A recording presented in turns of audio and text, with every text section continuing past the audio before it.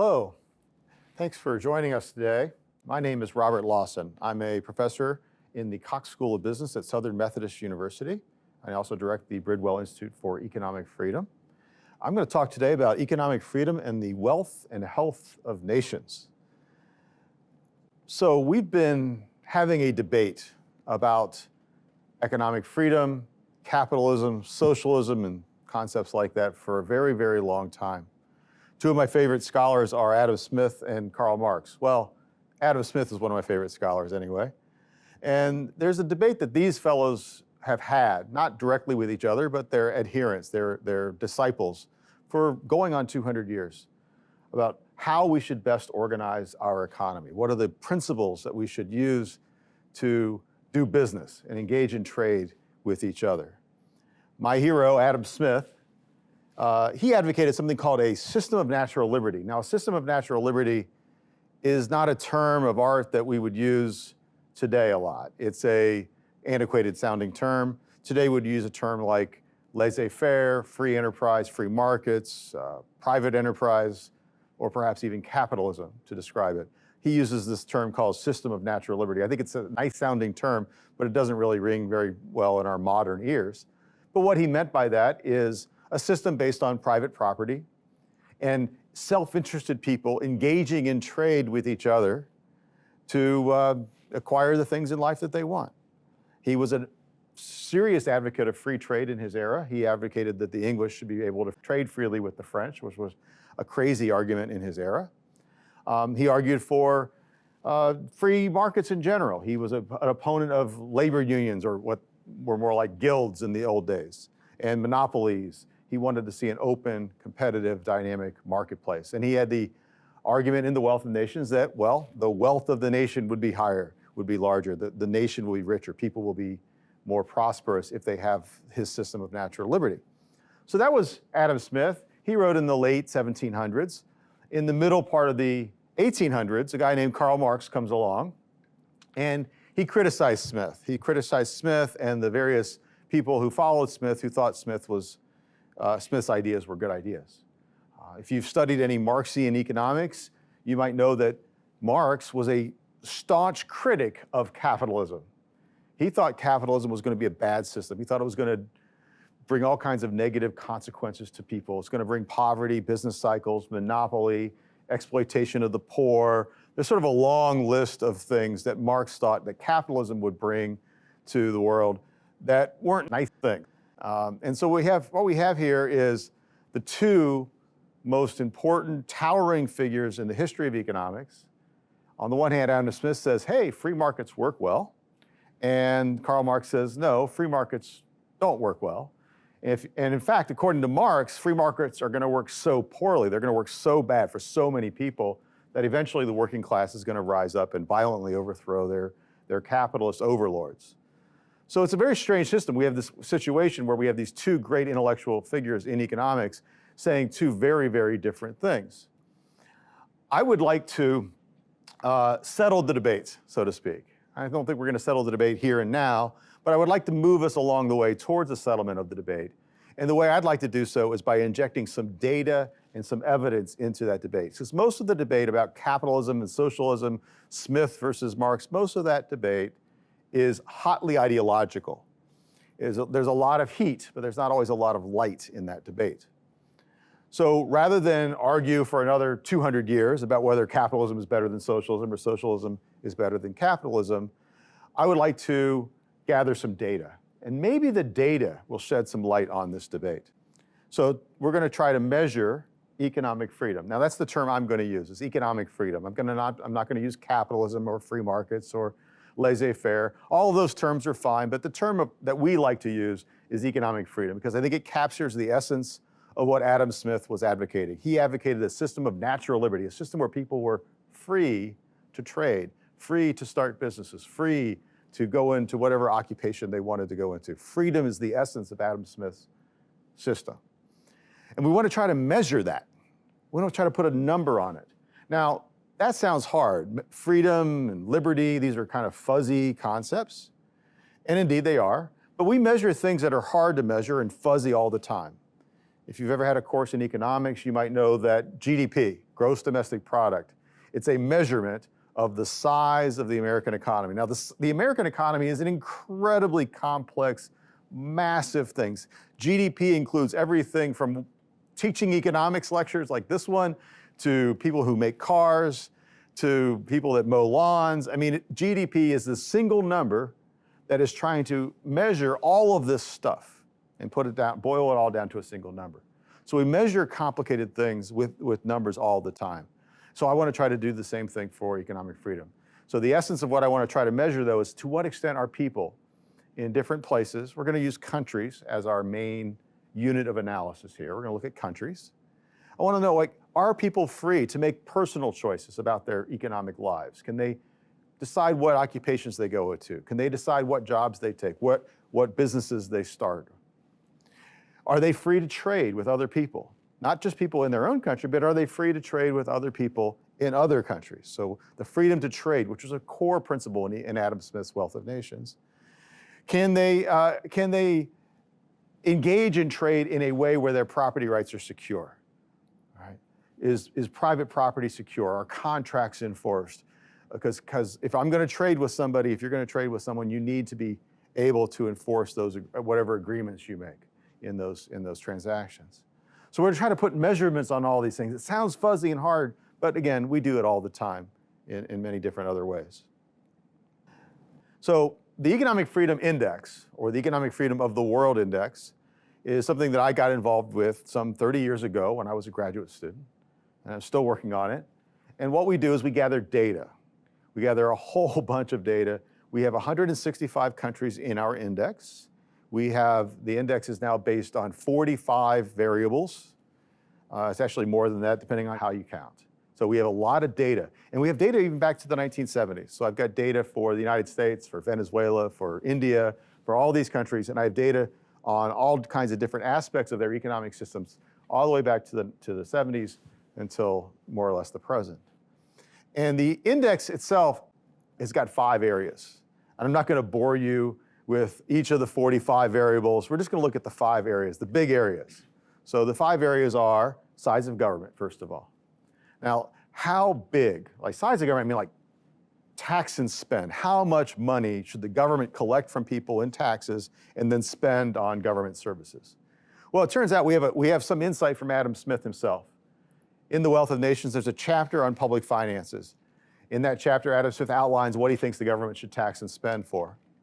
He says the government should have roads and bridges, schools, national defense, police, courts, and that's about the end of the chapter. If you compare Adam Smith's government, roads and bridges, schools, courts, cops, judges, national defense, it's a very small role for government compared to our government. The governments that we have in the United States do a lot more than that. We have recreation leagues, we have welfare spending, we've got Social Security, we've Medicare, Medicaid, the city of Dallas, where I live, owns a hotel.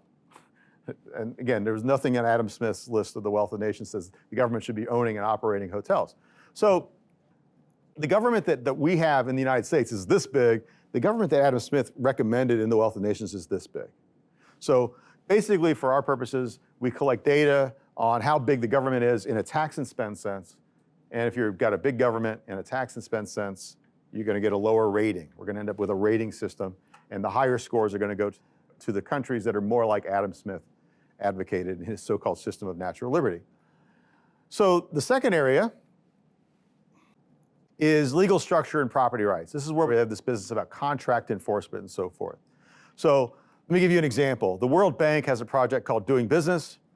And in that project, they measure how long it takes to settle a contract dispute. So if you have a contract dispute with somebody, maybe you paid someone $1,000 to perform some service, and then they didn't perform the service. So you take them to court, you sue them. How long is it going to take to settle that dispute? Well, in the United States, I can tell you the World Bank estimates it takes about a year to settle a fairly simple contract disagreement in a court. And maybe in Texas, it's a little bit less than a year. Maybe in New York, it's a little bit longer, but about a year. It sounds about reasonable. In some countries, it says 5 years. In some countries, it says 5 months.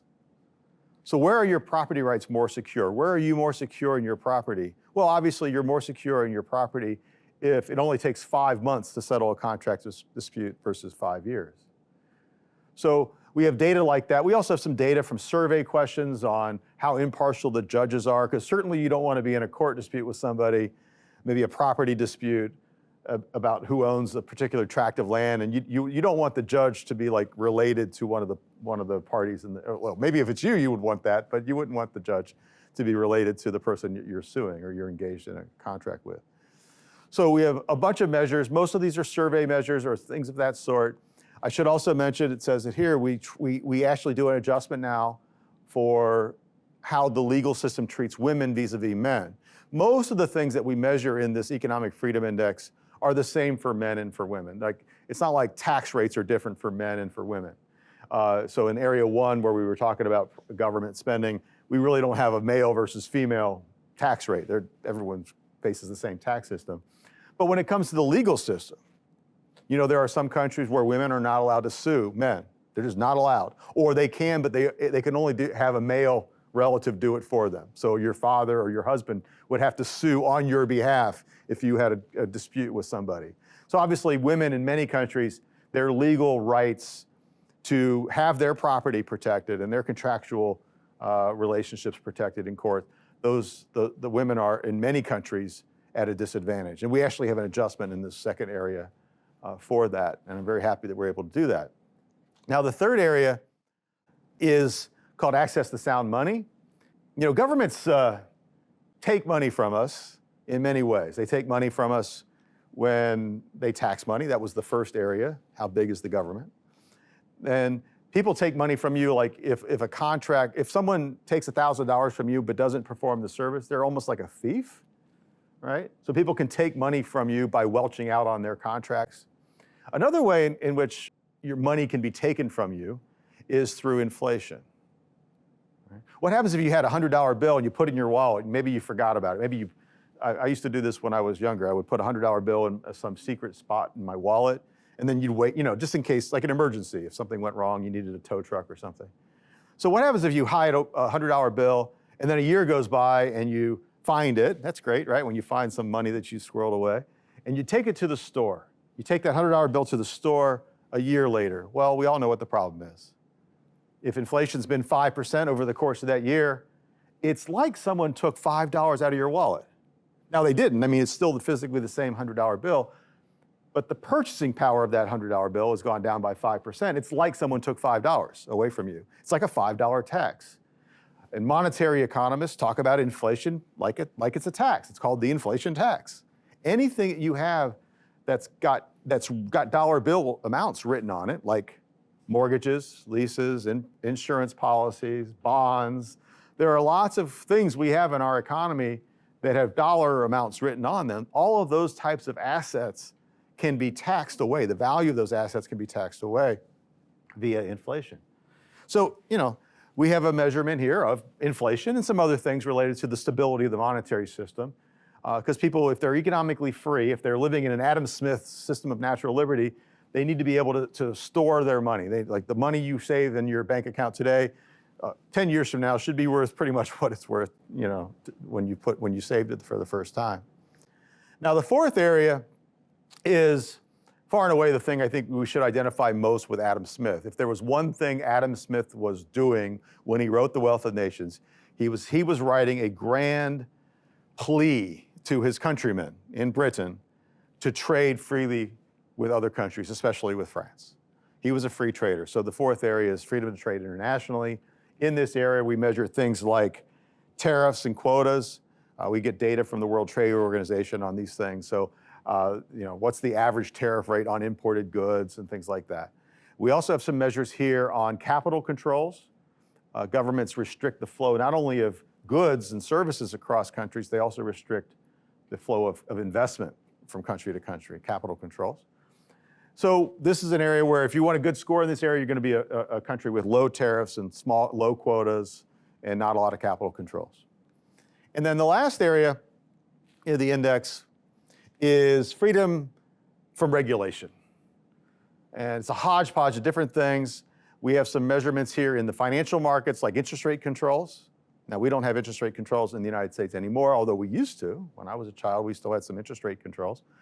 But many countries still regulate the interest that banks can either charge or pay on, say, like savings and checking account type accounts. We have measures in here of labor market regulations, things like minimum wages or severance pay. So in the United States, if you fire someone because maybe they're not very good at their job, you fire them, you don't have to give them any money by law, unless there's a contract. Otherwise, you can just fire them. But in many countries, if you've had an employee for a few years and you want to fire them, you might have to pay them 6 months, 8 months, even a year or more of back pay. You got to pay them a year's salary if you want to get rid of them. Maybe they stole from you, doesn't matter. You're still gonna, you have to pay them that 1 year salary or that 6 month salary to fire them. So severance pay regulations are one of the things we measure. We also measure how long it takes to start a business. Like, just start a simple business. In the United States, it's actually not that bad. The World Bank says it takes 30 days to start a simple business. I think it's a warehouse. Like, suppose you want to make a warehouse business, like trucks drop stuff off, other trucks come pick stuff up, a warehouse. Well, the World Bank says it takes about 30 days to start that business. It's not that hard. You go fill out a few paperwork, maybe at the county courthouse, you're in business. In some countries, it might take a year, 2 years, 3 years, 4 years, and like 50 procedures. Like, there's 50 pieces of paper you've got to get signed and approved by some government agency before you can start something as simple as a warehouse. Well, actually, we know what happens. What happens in a country where it takes 50 procedures and, say, 3 or 4 years to start a simple business? Well, no one does it. They either start the business illegally without the official paperwork, or they bribe their way to get the official work done more quickly. So anyway, these are the types of things in this index. It's a lot of data. The data sources are everything from the World Bank and the World Trade Organization, WTO, the IMF, the International Monetary Fund. I get some private data from PricewaterhouseCoopers, the private company. World Economic Forum in Switzerland provides data. So we get all this data, we smush it all into my computer, and at the end of the day, we come up with an economic freedom index. And the countries that get the highest scores are the countries that are the most like what Adam Smith wanted it to be. They're the countries that have the smallest governments, the most secure property rights, the soundest money. They give their people the freedom to trade with internet with other people around the world, and they don't burden people with a lot of regulations. So now that we've discussed how we define economic freedom and how we think we're going to go about measuring it, the next step will be to talk about the numbers, see which countries are the most free and which ones are the least free. Thank you.